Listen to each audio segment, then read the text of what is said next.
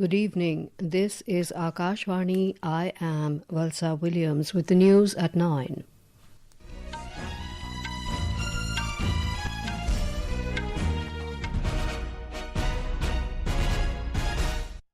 The headlines.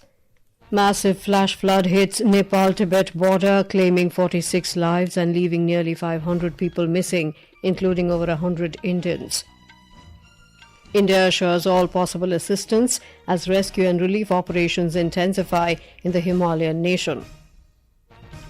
Bihar and Uttar Pradesh step up preparedness amid possible rise in water levels of rivers after flash floods in the neighbouring country.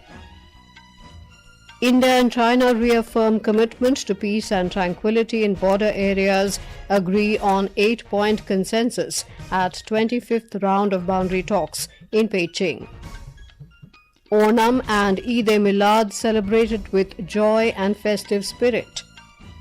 And in men's cricket, India tightened grip on Colombo Test as hosts Sri Lanka struggle at 229 for 6 in their second innings at Stumps on day 4 after follow-on.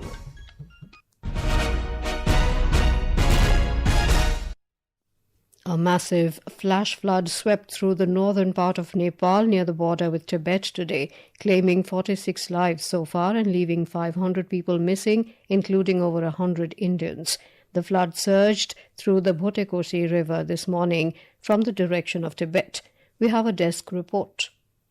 The sudden rise in water levels caused widespread destruction in Timore in Raswa district of Nepal near the Tibet border and the nearby Seafrubesi area, washing away vehicles, goods and other property. Preliminary reports suggest that the flash floods may have been triggered by an earthquake that caused an avalanche, sending large quantities of melted snow into the Bhotekoshi River. Rescue and relief operations have been intensified, with the Nepal Army deploying helicopters and disaster response teams to support search operations. The Nepal Tourism Board has advised people in the affected areas to remain calm, follow official safety instructions and stay updated through verified channels. Swati Rakheja for Akashvani News, Delhi.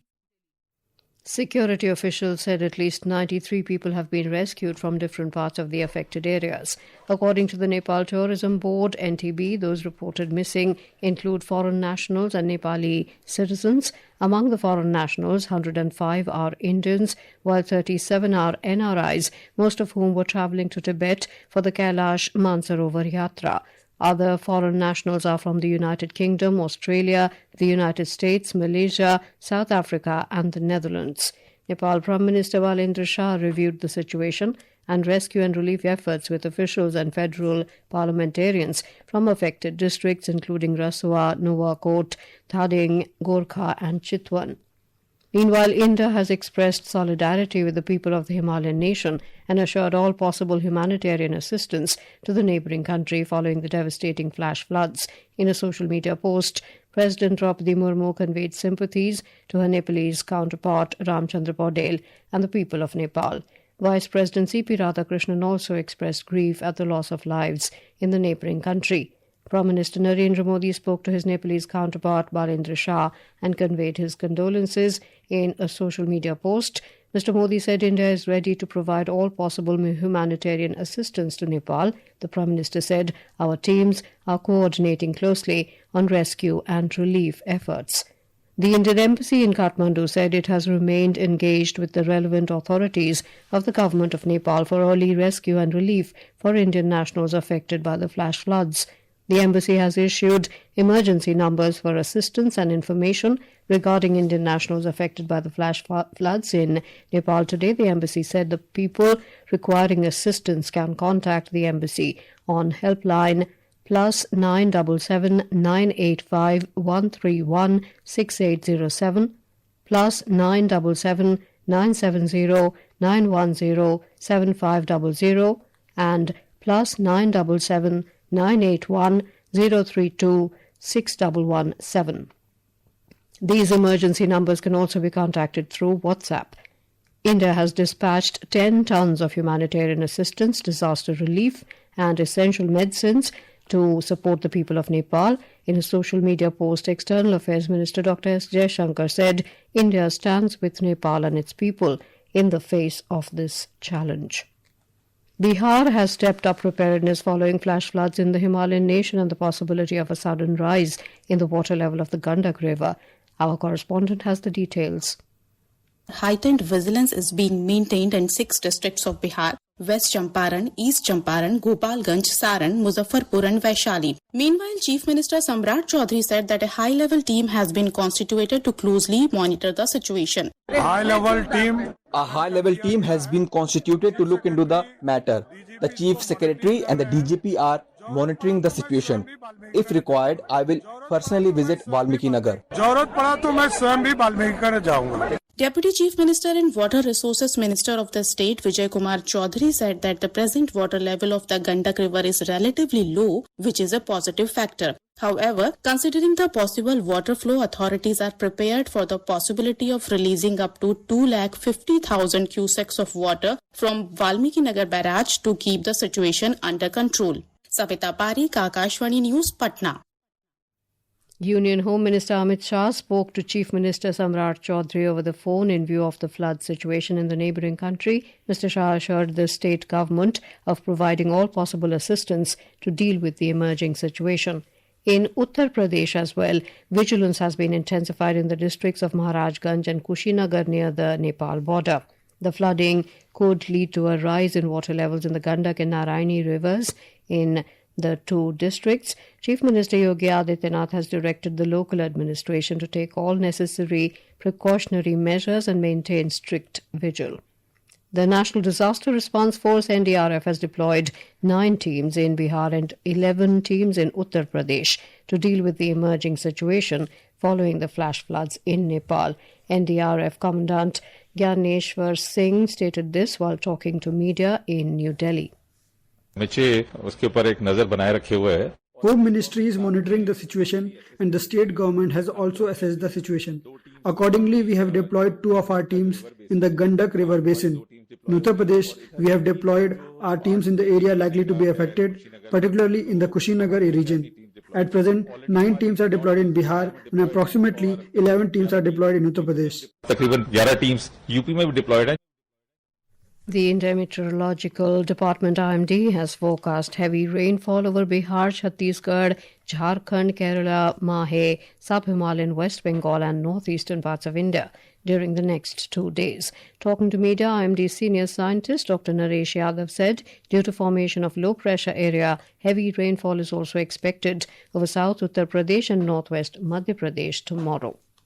This is Akashvani giving you the news. For quick news updates round the clock, follow us on our X handle at AIR News Alerts. And for details of stories and more, log on to our website www.newsonair.gov.in and download News on AIR app. Welcome back. Here with us on the news at 9. India and China have reaffirmed their commitment to maintain peace and tranquility in the border areas and create an atmosphere for healthy and steady development of bilateral relations. The 25th round of talks between the special representatives of India and China on the boundary question was held in Beijing yesterday. China's Foreign Minister Wang Yi and National Security Advisor Ajit Doval had a candid and in-depth exchange of views on the India-China boundary question and reached 8 points of outcomes and consensus. The two sides underlined their commitment to advancing negotiations on a framework for the settlement of the boundary question. It will be in accordance with the agreement on political parameters and guiding principles for settlement of the India-China boundary question signed in 2005 and the consensus reached in subsequent special representatives' talks in pursuit of a fair, reasonable and mutually acceptable solution. Union Minister of Railways Ashwini Vaishnav has said that Indian Railways is moving towards 4-laning the entire high-density railway routes. In a social media post, Mr. Vaishnav said there are 7 high-density routes spread over nearly 11,000 kilometres, which carry a major share of the country's rail traffic. The 7 high-density routes are Delhi-Howrah, Howrah-Chennai, Chennai-Mumbai, Mumbai-Delhi, Delhi-Chennai, Mumbai-Howrah and Delhi-Guwahati.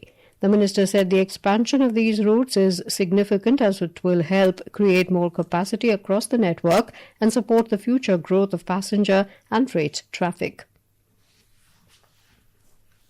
The Indian Medical Association IMA has urged people to remain vigilant amid a seasonal rise in influenza A, H1N1 cases, saying that the majority of infections are mild and self-limiting and there is no cause for panic. The IMA has advised people not to take antibiotics over the counter for flu symptoms, stressing that H1N1 is a viral infection and antibiotics do not kill viruses. The Delhi government today handed over approval letters to 4,000 eligible women beneficiaries under the Delhi Lakshmi Yojana. Out of this, 2,500 letters were given at a formal ceremony. Under the scheme, eligible women will receive financial assistance of 2,500 rupees every month. Speaking on the occasion, Delhi Lieutenant Governor Taranjit Singh Sandhu said this initiative is a significant step towards women's welfare, empowerment and dignity. Keralites worldwide today celebrated Onam with joy and enthusiasm as devotees thronged prominent temples on Thiruonam. The festivities began with traditional floral carpets known as Onapookalam to welcome the legendary King Mahabali and special pujas at temples. The afternoon was marked by Onasadhya, the traditional feast, and a variety of traditional games. More from our Thiruvananthapuram correspondent. Various cultural programs and competitions were held in cities and villages across Kerala in the afternoon as part of the Thiruonam celebrations. Cultural programs organized as part of the official Onam Tourism Week celebrations are continuing at various venues. Besides state and district headquarters, programs are also being held at various tourist destinations. With memories and festive spirit to last through the coming year, Kerala's biggest harvest festival is now drawing to a close. Midhi Empalluruthi, Akashvani News, Thiruvananthapuram. Eid Milad-un-Nabi, the birthday of Prophet Hazrat Muhammad, was celebrated today with religious fervour in various parts of the country. Milad processions were taken out to mark the occasion. In Kashmir, Eid Milad-un-Nabi was celebrated across the valley today with joy and enthusiasm. We have a report. Thousands of devotees gathered at mosques and shrines across the valley and offered special prayers on the occasion. The largest gathering was held at the Hazrat Bal Shrine in Srinagar, where the holy relic of Prophet Muhammad was displayed, drawing thousands of devotees who offered prayers and sought blessings. Similar gatherings were held at major shrines and mosques in different parts of Kashmir. Devotees prayed for peace, harmony and prosperity in Jammu and Kashmir and for the well-being of people across the world. Meanwhile, Lieutenant Governor Manoj Sinha and Chief Minister Umar Abdullah greeted people on the occasion. Ishfaq Shah, Akashvani News, Srinagar. The President, Vice President and Prime Minister have greeted people on the occasion of Onam and Eid-e-Milad. The Indian Institute of Creative Technologies IICT and Netflix have announced scholarships for 100 students to support next generation of Indian storytellers. Under this scholarship scheme, students will be provided up to 80% financial support across 6 professional programs comprising 2 one-year diploma programs and 4 6-month certificate programs. The announcement has come after Prime Minister Narendra Modi held a meeting with co-CEO of Netflix, Ted Sarandos, earlier this month. In men's cricket, hosts Sri Lanka reached 229 for 6 in their second innings at Stumps on day 4 after receiving follow-on from India in the second and final test in Colombo. Sri Lanka now lead by 16 runs. Earlier in the day, the visitors enforced the follow-on after bowling Sri Lanka out for 290 in their first innings. India had declared their first innings at 503, powered by centuries from Dhruv Jurel and Devdutt Padikkal. The visitors are currently leading the 2-match series 1-0. And now, before we end the bulletin, the headlines once again. Massive flash flood hits Nepal-Tibet border, claiming 46 lives and leaving nearly 500 people missing, including over 100 Indians. India assures all possible assistance as rescue and relief operations intensify in the Himalayan Nation. Bihar and Uttar Pradesh step up preparedness amid possible rise in water levels of rivers after flash floods in the neighbouring country.